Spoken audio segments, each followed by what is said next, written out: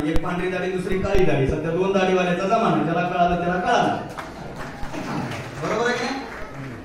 परंतु इतक्या लांब मी एकाच गोष्टीसाठी आलो. माझं इथनं गाव जवळजवळ 350 किलोमीटरच्या जवळपास आहे, 300-350 किलोमीटर. मी इतक्या लांब का आलो?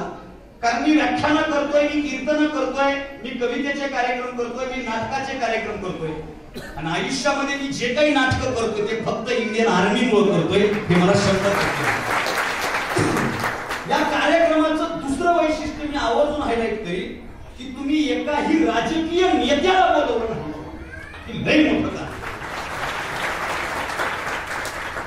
त्याचं कारण असं आहे, माझ्याच कवितेच्या ओळी अशा होत्या सर की आमची लेकरं बॉर्डरवर, गोळ्या त्यांच्या छातीत. मी एक कविता लिहिली, त्याची ओळ अशी होती की आमची लेकरं बॉर्डरवर, गोळ्या त्यांच्या छातीत. इमानदारीने सांगा आमदार साहेब, तुमची लेकरं खेळले का कधी मातीत? ज्यांची लेकरं मातीत कधी खेळलेच नाही, दादांनी जय जवान जय किसानची घोषणा दिली.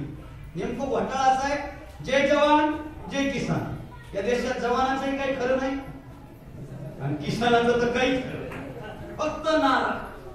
वाईट वाटलं, मला वाईट वाटलं की जो जवान सगळ्या देशाचं संरक्षण करतोय, सरांना ही गोष्ट कळेल, मधल्या काळामध्ये त्या जवानांना स्वतःच्या सुरक्षेसाठी सरकारसोबत भांडावं लागलं. ही भूमिका सरांना कळेल. त्यांच्याही पेन्शनचा विषय चालू होता, शिक्षकांचाच नाही, त्यांचाही विषय आर्मीचा चालू होता. आणि इंडियन आर्मीचा किती मोठा त्याग आहे, किती मोठं समर्पण आहे, आदरणीय सरांनी